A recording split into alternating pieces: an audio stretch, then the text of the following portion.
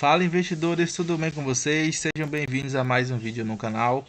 Hoje nós iremos falar do KNCR11, estamos no seu acompanhamento mensal. E antes de nós abrirmos o relatório gerencial referente ao mês de maio de 2026, eu devo lembrar vocês que eu não sou analista, então esse vídeo não é recomendação de compra ou de venda de nenhum ativo. As informações contidas aqui é meramente explicativas, ok? Antes, mais uma vez, de nós irmos para o relatório de maio, eu sempre faço aquele bom e velho raio-x, né, para a gente ver como é que está a situação do fundo. E hoje o KNCR11 está sendo cotado a R$ 107,96, tem um dividend yield de 13,50%, um PVP de 1,05, ou seja, ele está sendo negociado 5% mais caro se levamos em consideração do seu preço sobre o valor patrimonial. A liquidez média diária é de 24,42 milhões de reais negociados em apenas um dia e tem uma variação positiva nos últimos 12 meses de 18,58%. Se eu não me engano, ele está sendo cotado aqui a 7, né? Mas se eu não me engano, ele teve aqui a 5 reais recentemente esse mês. Deixa eu ver. Aqui, ó, esse mês, no dia 1º/6, 5,45%. Fora isso, dito isso também, nós já vamos agora para o relatório gerencial do mês de maio. Então, no final de maio, o fundo possuiu aqui 78% do seu patrimônio alocado em CRIs e 15% em LCI. E aqui está uma rentabilidade muito boa, vou mostrar a vocês lá na frente. E tendo quase 7% em caixa. No dia 12/6, ele distribuiu 1,10 por cota. Se a gente levar em consideração agora a cota atual, nós vamos ter aí, vou refazer essa continha aqui para vocês, 1,10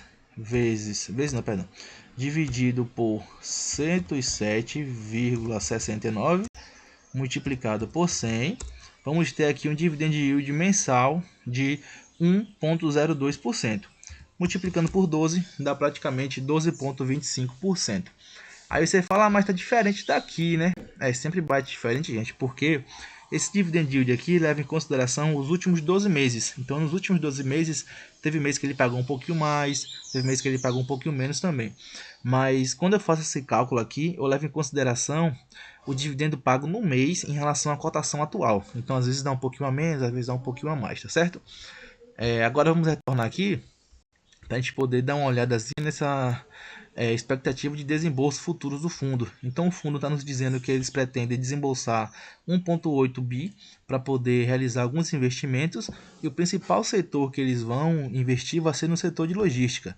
Nós temos 575 milhões que estão previstos para sair nos próximos 30 dias e dentre 30 a 60 dias mais 300 milhões.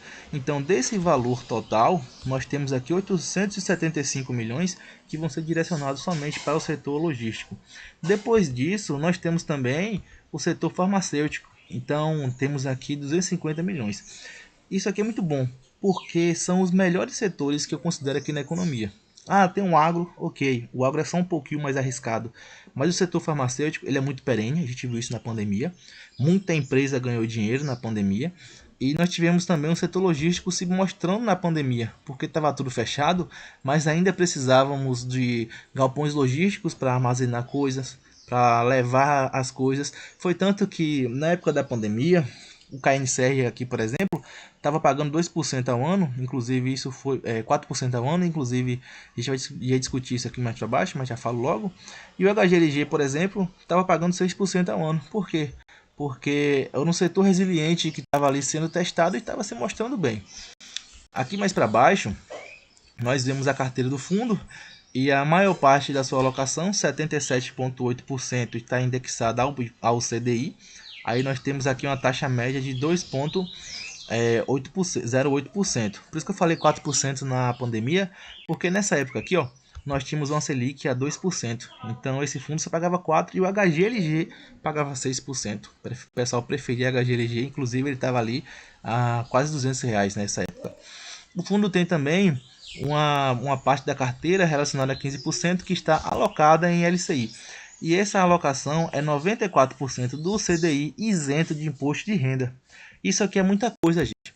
A gente observando aqui, nós vemos que o CDI líquido hoje ele está rendendo mais ou menos 12,3%, 0,3%. Aqui levando em consideração a alíquota mínima no imposto de renda, tá? Que é 0,15%. Se a gente for levar a alíquota de 22%, o rendimento é somente de 11,4%. Mas como a gente quer exigir o máximo dos nossos ativos na renda variável, então é bom a gente sempre ser pessimista. Aí eu coloco essa taxa aqui menor, que é a taxa de 15% da alíquota mínima lá. Aí, se a gente levar em consideração o 94% do CDI, que é do CDI, da mais confia, é 94% do CDI isento de imposto de renda, nós vamos ter aqui um rendimento, sabe de quanto? Aqui o CDI, a Selic é 14,25%. O CDI ele sempre rende 0,10% a menos, ou seja, aqui é como se o CDI fosse 14,15%. Deixa eu colocar aqui para a gente ver. Então o rendimento seria 13,30%, enquanto o CDI líquido estaria rendendo ali 12% ao ano. Então nós temos mais ou menos aproximadamente 1,30% a mais de remuneração nesses LCIs. Então a carteira do fundo fica bem remunerada nesses 15% aqui. Aí nós temos também aqui a alocação por indexador, que é a Selic. Nós temos 6,9%, porque é essa parte do caixa aqui, que é 100% do CDI, menos o imposto de renda, ou seja, essa parte está rendendo ali aproximadamente 12% ao ano. Temos aqui 93% no CDI, prefixado 0,0%. E tem uma questão que eu quero falar com vocês aqui embaixo, na DRE, que é como essa parte do LCI vem aumentando, né? O fundo vem aumentando posição em CRI, a gente vê isso que temos quase 14 milhões de rendimentos a mais, se levarmos em consideração junho de 25 para maio de 26. Porém, o resultado do LCI ele vem aumentando bastante, ele aumentou 3 vezes mais, né? Saiu de 5,6 para 19 milhões. Então foi bastante coisa que aumentou. O fundo sempre está vindo distribuindo ali por volta de 1,20 por cota, R$ 1 por cota, 1,10.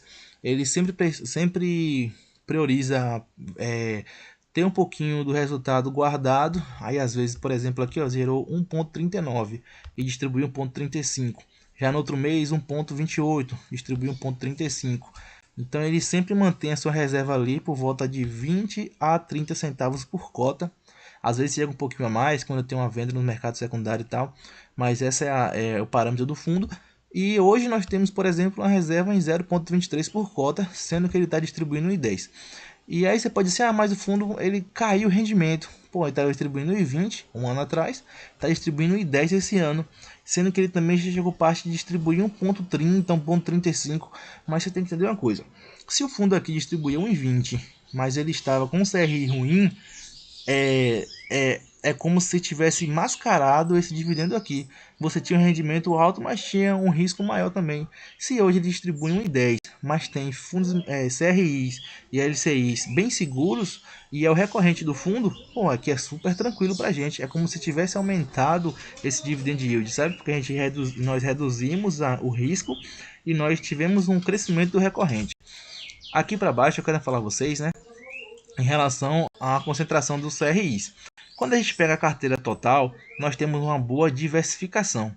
Porém, gente, quando nós colocamos a risca mesmo, inclusive isso é o que eu falo em um dos vídeos que eu falo do KNCR11, algumas empresas, nós temos aqui a 15% da carteira está alocada aqui em Brookfield. É uma grande empresa canadense? Mas é uma boa quantidade do PL. Se pegarmos as 5 maiores concentrações, levando em consideração que às vezes muda o CRI, mas mantém a mesma empresa, então o risco ainda continua o mesmo, nós temos ali, se eu não me engano, 33% ou 30% da carteira do fundo em apenas 5 ativos. É a concentração bem alta, mas levando em consideração que são empresas boas, a gente também pode dar uma passada de pano. Sobre o KNCR, gente, foi isso mesmo que a gente tinha para falar esse mês. explicar a vocês um pouquinho dessa questão do LCI e também mostrar que o fundo está correndo muito bem, sempre distribuindo ali próximo. Começou a distribuir mais o recorrente dele, em vez de ficar distribuindo muito porque se desfez de um CRI ou porque de alguma coisa extraordinária ali que aconteceu dentro do mês contábil. Então o fundo está começando a distribuir o nosso bom e velho recorrente, e isso aqui mostra um melhor posicionamento do fundo. É como eu disse a vocês mais um pouquinho atrás no vídeo.